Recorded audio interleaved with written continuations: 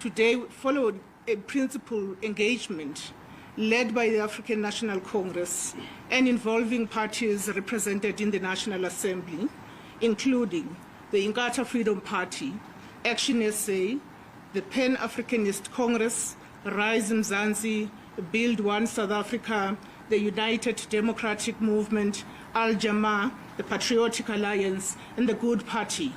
We jointly address the nation to affirm confident we'll win. The Part B attack is on what we regard as a constitutional lacuna around the powers of the Finance Minister to be able to determine a VAT rate. And the Finance Minister, under the current law, could put VAT up by 25%, and Parliament has no say on it.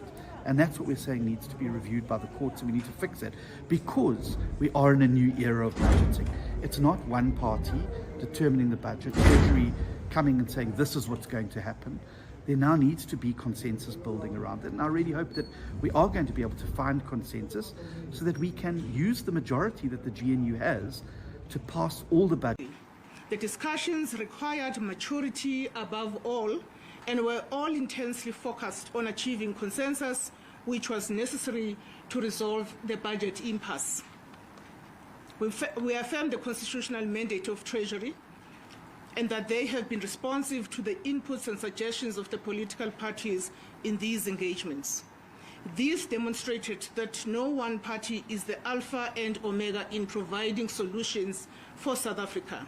A collective approach by all parties that represented here have put South Africa first and made sure that the budget is approved.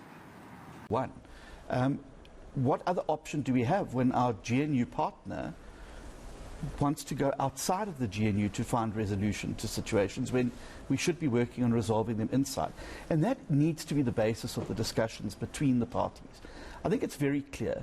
A 10-party coalition is not going to agree on everything. No. You look in Germany, they had a 4-party coalition, 3-party coalition, they had a budget bust-up. Japan's going through a similar situation, also a coalition.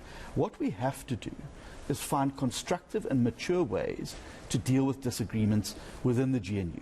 And that requires a proper conflict resolution process and a proper dispute resolution process. So that is why we are not in this emotional roller coaster hambu zobuya. Siyamcenga udali hlala uyabona. So because this will not be rewarding to us. It's not a question of saying whether they can raise numbers or not. But those numbers that would have come to us if they were to go to the Communist Party, they will definitely deplete the base of the progressive forces and the movement led by the African National Congress. Agreement.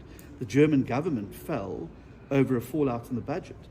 The Japanese government is negotiating around a budget. But all of these essentially at the end of the day come back to the agreement between the parties. You can't just simply tear up the statement of intent. It is the very basis and foundation, and the president's actions would have to be determined of that. Of course, he appoints and disappoints ministers, but this is not the unfettered and unconstrained position that you had when your party had a majority. The ANC is now a 39% party, and they have to govern with others, and that governing arrangement is done on the basis of the statement of intent. Now there's an issue that the car of the deputy president was shorted. Every South African is jumping to a conclusion. It's 2027, comrades. 2020. And we come to accept it as well. That is 2027.